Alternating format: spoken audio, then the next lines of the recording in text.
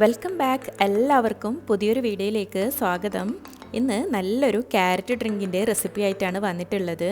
അപ്പോൾ ഇതിനായി 2 ക്യാരറ്റ് ഇതുപോലെ ഞാൻ എടുത്ത് അതിൻ്റെ തൊലിയൊക്കെ പീൽ ചെയ്തെടുക്കുന്നുണ്ട്. അപ്പോൾ നിങ്ങൾക്ക് എത്രയാണോ ക്യാരറ്റ് ഇതിനാവശ്യമുള്ളത് അതിനനുസരിച്ച് എടുക്കാവുന്നതാണ്. ഞാനിപ്പോൾ 2 ക്യാരറ്റ് വെച്ചിട്ടാണ് ഈ ഒരു ഡ്രിങ്ക് തയ്യാറാക്കി എടുക്കുന്നുള്ളത്.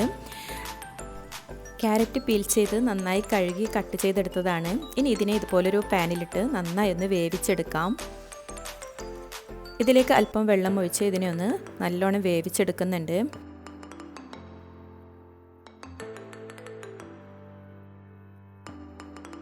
ഒരു 5 മിനിറ്റ് ഇതുപോലെ ഒന്ന് അടച്ചു വെച്ച് വേവിച്ചെടുക്കാം. അങ്ങനെ ഇപ്പോൾ ക്യാരറ്റൊക്കെ നന്നായി വെന്തിട്ടുണ്ട്. ഇനി ഇതിലേക്ക് ഒരു 4 ഏലക്ക ഞാൻ ചേർത്ത് കൊടുക്കുന്നുണ്ട്. ഇനി ഇത് ചൂടാറാൻ വേണ്ടി ഒന്ന് വെയിറ്റ് ചെയ്യാം. അതിനുശേഷം ഇതിനെ നന്നായി ഒന്ന് അരച്ചെടുക്കാം. ഇപ്പോൾ ക്യാരറ്റ് നന്നായി തണുത്ത് വന്നിട്ടുണ്ട്.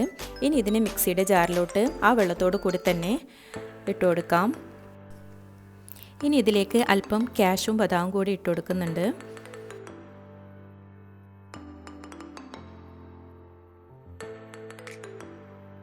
ഇനി മധുരത്തിന് ആവശ്യമായ പഞ്ചസാരയും കൂടി ഇട്ട് കൊടുക്കാം. ഇതിൽ നിന്നും പകുതി പഞ്ചസാര ഞാനിപ്പോൾ ചേർത്ത് കൊടുക്കുന്നുണ്ട്. പിന്നീട് മധുരം ആവശ്യമാണെങ്കിൽ മാത്രം ബാക്കിയുള്ള പഞ്ചസാര ഇതിലേക്ക് ഇട്ട് കൊടുക്കാം. ഇനി അല്പം പശുവിൻ പാലാണ് ഇതിലേക്ക് ഒഴിച്ചു കൊടുക്കുന്നുള്ളത്. ഇത് തിളപ്പിക്കാത്ത പാലാണ് ഞാൻ ഇതിലേക്ക് ഒഴിച്ചു കൊടുത്തിട്ടുള്ളത്. അല്പം ഐസ് ക്യൂബും കൂടി ഇട്ട് കൊടുക്കാം.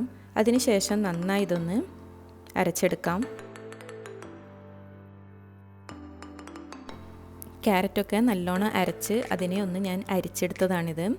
അതിനെ ഗ്ലാസ്സിലേക്ക് ഒഴിച്ചു കൊടുക്കാം. അങ്ങനെ ഇപ്പം നല്ലൊരു ക്യാരറ്റ് ഡ്രിങ്ക് തയ്യാറായിട്ടുണ്ട്. ഏതൊരു സമയത്തും കുടിക്കാൻ പറ്റിയ നല്ലൊരു ഡ്രിങ്കാണിത്. കുട്ടികൾക്കൊക്കെ വളരെയധികം ഇഷ്ടപ്പെടും. അതുപോലെ തന്നെ വെൽക്കം ഡ്രിങ്കൊക്കെ ആയിട്ട് ഗസ്റ്റുകൾക്ക് കൊടുക്കാനും പറ്റും. അത്രയ്ക്കും നല്ലൊരു ടേസ്റ്റിലുള്ള ഒരു ഡ്രിങ്കാണ്. അപ്പോൾ ഇതുപോലെ ഒന്ന് ട്രൈ ചെയ്ത് നോക്കണം.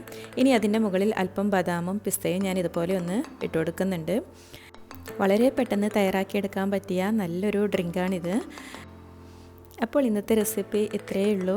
അപ്പോൾ പുതിയൊരു റെസിപ്പിയുമായി വീണ്ടും കാണുന്നത് വരെ താങ്ക് യു ഫോർ വാച്ചിങ്.